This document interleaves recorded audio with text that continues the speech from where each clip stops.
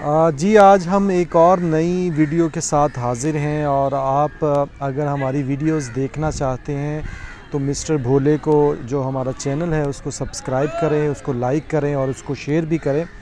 आज की एक और अहम वीडियो है, ख़ास तौर पे ये मामला भी फैसलाबाद शहर का है। पाकिस्तान तहरीक इंसाफ की जब हुकूमत आई थी, ख़ास तौर पे इमरान ख़ान का हमेशा ये स्टांस रहा है कि पाकिस्तान पीपल्स पार्टी हो या पाकिस्तान मुस्लिम लीग नून हो, वो हमेशा अदारों के अंदर जो है सियासी मुदाखलत करते आए हैं, उनको ख़त्म करने में नाकाम रहे हैं। तो ये भी इनका एक इमरान ख़ान का नारा होता था कि पाकिस्तान तहरीक इंसाफ की हुकूमत जो है वो किसी तरह भी अदारों के अंदर सियासी मुदाखलत बर्दाश्त नहीं करेगी और ना ही करेगी। इनके MNAs MPAs इस तरह का प्रेशर डालेंगे और ना ही वो इसे कबूल करेंगे। लेकिन इससे 2 साल हो गए हैं पाकिस्तान तहरीक इंसाफ की हुकूमत को और हमें जो है इससे मामलात मुख्तलिफ नज़र ही आते हैं कि जो पाकिस्तान पीपल्स पार्टी या नून लीग करती थी वही इनके MPAs या MNAs करते नज़र आते हैं। आज बात करेंगे फेस्को के हवाले से। फेस्को चीफ़ का तबादला कुछ रोज़ पहले यहाँ से किया गया, उनको ज़्यादा अरसा यहाँ पे तैनात हुए नहीं हुआ था। मुजाहिद इस्लाम बिल्ला जो फेस्को चीफ़ थे साबिक, उनकी रिटायरमेंट के बाद इन्हें शफीकुल हसन को यहाँ पे फेस्को चीफ़ लगाया गया, जो कि एक बाकायदा से प्रमोशन के तौर पे ऊपर आए थे और कहा जाता था कि काफ़ी हार्ड वर्किंग पर्सन्स थे और वो फेस्को को ले के भी चल रहे थे। लेकिन अचानक से उनका तबादला कर दिया गया, साथ उनके चीफ़ इंजीनियरिंग ऑपरेशन को भी मुअत्तल कर दिया गया। मामलात क्या बने इस अचानक इस्तीफ़े के पीछे, और ये भी कहा जाता है कि सियासी वजह बनी। हमारे साथ आज मौजूद हैं सलीम मुबारक साहब, फैसलाबाद के सीनियर जर्नलिस्ट हैं और इन्होंने इसको ऊपर एक स्टोरी भी रन की है। वो हम इनसे पूछते हैं कि क्या वजह बनी और कौन कौन से MNAs इस इस्तीफ़े के इसके तबादले के पीछे थे। जी सलीम साहब बताएं कि एक और सियासी मामला सामने आया, सियासी मुदाखलत हुई और तबादला हुआ। आप तक क्या रिपोर्ट्स आई हैं, ये तबादले की अचानक वजह क्या बनी? देखिए, एक तो ये गवर्नमेंट का, जैसे आपने बता भी दिया कि गवर्नमेंट का ये स्टांस है कि हमारी करप्शन के हवाले से ज़ीरो टॉलरेंस पॉलिसी है और ऑफिशियल्स को भी यही कहा जाता है कि जी करप्शन के हवाले से ज़ीरो टॉलरेंस पॉलिसी आप अडॉप्ट करें। लेकिन थ्योरेटिकली तो गवर्नमेंट उसको कर रही है इम्प्लीमेंट, प्रैक्टिकली हो कुछ और रहा है। फेस्को के जो चीफ़ हैं, जो शफीकुल हसन साहब, जिनको ट्रांसफ़र किया गया है सारा, बड़ा अच्छा उन्होंने वर्क किया है। बड़े टफ़ टाइम उन्होंने दिया जो करप्ट एलिमेंट्स थे, जो बाकी लोग थे। ऑब्वियसली आपको पता है कि जो करप्ट लोग होते हैं वो लोगों के साथ वेल कनेक्टेड होते हैं, चूँकि ओबलाइज करते हैं। वो जिस बंदे ने गैर कानूनी काम करना है तो उसके तो कनेक्शंस बनते जाते हैं ना। पॉलिटिशियन के साथ उनके अच्छे रिलेशंस होते हैं। इस इशू में दो जो ब्रदर्स थे गोजरा के, उनकी कोई रेपुटेशन कोई इतनी ज़्यादा अच्छी नहीं है। उनके केसेस भी चल रहे हैं सारा करप्शन पे। उनको बहाल करवाने के लिए जो 3 MNAs हैं, मैं उनका नाम भी ले दूंगा, खुरम शहजाद, राजा रियाज, फैज़ुल्लाह कमोका। राजा रियाज साहब और फैज़ुल्लाह कमोका, चूँकि इनकी यादल्ला काफ़ी पुरानी है, ये पीपल्स पार्टी में भी इकट्ठे रहे, MPA भी ये लोग इकट्ठे रहे, लेकिन फिर इन्होंने स्विच ओवर किया है और ये पीपल्स पार्टी छोड़ के PTI में आ गए। कुछ रोज़ का कबल जब इन्होंने बातचीत की है शफीकुल हसन साहब के साथ, तो राजा रियाज साहब ने उनको कहा कि जी अगर आपने एक बंदे को बहाल कर दिया है तो फिर दूसरे को भी बहाल करें। इस पे शफीकुल हसन साहब ने उनको कहा कि जी ये मेरा प्रेरोगेटिव है, ये मेरा इख्तियार है, मैंने किसको बहाल करना है किसको नहीं करना, तो हम करप्ट एलिमेंट्स को नहीं छोड़ रहे। तो सोर्सेज ये बताते हैं कि फ़ौरी तौर पे वहाँ पे बैठे बैठे राजा रियाज साहब ने उनको कहा कि जी इसके हवाले से आपको कॉन्सिक्वेंसेस फेस करने पड़ेंगे। और बकौल इन्हीं 3 MNAs में से एक MNA के साथ जो मेरी बात हुई, उन्होंने कहा जी ऑफ द रिकॉर्ड मुझे रखिएगा। उन्होंने कहा जी उन्होंने वहीं पे बैठे हुए जो एनर्जी मिनिस्टर हैं उमर अयूब खान साहब के साथ बात की और उनको ये सारा बताया। तो आपको पता है कि जब भी किसी बंदे को आपने हटाना होता है तो कोई ना कोई आपने एलिगेशन ज़रूर लगाना होता है। जो मीडिया बड़ा वाइब्रेंट है, social media, electronic media, print media, तो उन्होंने तरीके के साथ इनके हवाले से एक इंक्वायरी लॉन्च कर दी। साथ ही फिर रिपोर्ट भी करवा दी अपनी। इनको जो विजिलेंस टीम थी उनको कहा जी आप रिपोर्ट बनाएं। विजिलेंस टीम ने रिपोर्ट बनाई कि जिनके मामला ठीक नहीं हैं। वो जो चीफ़ इंजीनियर ऑपरेशंस थे उमर लोधी साहब, उनके मामला भी कुछ ठीक नहीं थे। होना ये चाहिए था कि दोनों के मामला को सेपरेट देखा जाता है। चीफ़ इंजीनियर जो ऑपरेशंस हैं उनका काम सेपरेट है, CEO का सेपरेट है।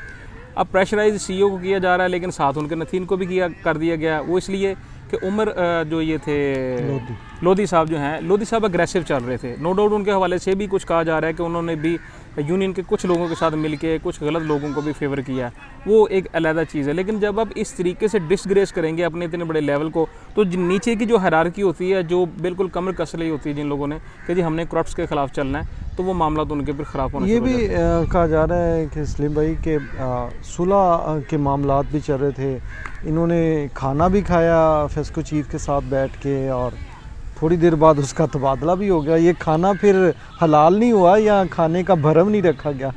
बस मेरा ये ख्याल है कि खाने का भरम उन्होंने रखने की कोशिश भी की कि चौथा एमएनए था जिसने ये सारा मैनेज किया इनका खाना। जब ये खाना खा के वहाँ से निकले हैं तो बता दिया गया शफीकुल हसन साहब को कि you have been transfer from here. तो अब इनके पास भी मेरा ख्याल है कोई मामला नहीं थे, चूँकि ये पहले उनकी शिकायत लगा चुके थे, या जिनको शिकायत लगाई थी उनको ये दोबारा इन्होंने एतमाद में नहीं लिया कि जनाब हमारे इनके साथ मामला तय हो गए हैं, तो अभी इनको फर्दर प्रोसीड ना करें। शफीकुल हसन साहब को वापस पेप्को भिजवा दिया गया, और जो उमर लोधी साहब हैं उनको सस्पेंड भी किया गया और यहाँ से ट्रांसफ़र भी कर दिया गया। इसके बावजूद कि उनकी वर्किंग बड़ी अच्छी थी शफीकुल हसन साहब की, कुछ दिनों में उन्होंने ये काम यहाँ पे किया। फिर ये कह रहे हैं कि जो अभी इन्होंने एक पॉलिसी बनाई है कि उस वक्त तक आप नया ट्रांसफार्मर किसी जगह पे इंस्टॉल नहीं करेंगे जब तक आपको पीछे से ट्रांसफार्मर नहीं आ जाता उसके रिप्लेसमेंट के तौर पे। इसके बावजूद शफीक साहब ने उन चीज़ों को देखा, जैसे हालिया दिनों में काफ़ी बारिशें हुई हैं, फिर गर्मी भी पड़ी, तो बहुत सारी चीज़ें उन्होंने कोशिश की कि इसको मिनिमाइज़ किया जा सके, लोगों को रिलीफ फ्राहम किया जा सके। लेकिन पीटीआई की गवर्नमेंट ने अपने जो ना तजर्बाकारी है उस की वजह से अब ये फिर एक दफ़ा मामला उन्होंने ख़राब किया। जैसे इन्होंने आईजी पंजाब लगाया मोहम्मद ताहिर साहब को। अब ताहिर साहब के हवाले से पूरी फोर्स ये जानती है कि वो अपराइट आदमी, नीट एंड क्लीन, सीधा आदमी है, उसने अच्छा सर्व किया, लेकिन उनको भी रिप्लेस कर दिया गया। अब रिसेंट डेज़ में आरपीओज़, सीपीओज़, सेक्रेटरीज़ उनको ट्रांसफ़र किया गया, और उसमें हमारे पास ये भी रिपोर्ट्स हैं कि कुछ उसमें ऐसे पुलिस ऑफिशल्स भी ट्रांसफ़र किए गए जिनको पहले बता दिया गया था कि you are going to be appointed in this and that district on that slot.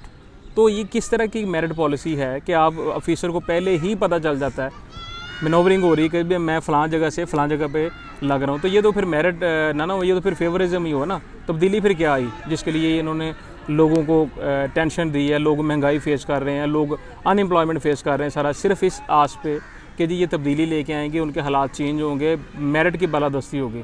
तो जितनी बालादस्ती हो रही है वो तो अभी भी उन्हीं लोगों की हो रही है जो स्टेटस को के हामी थे। ये भी कहा जाता है कि एक और एमएनए हैं, उनके भाई को भी बहुत ज़्यादा शिकायत थी जो वज़ीर आला तक पहुँचाई गई उनके जब उनका दौरा हुआ यहाँ पे।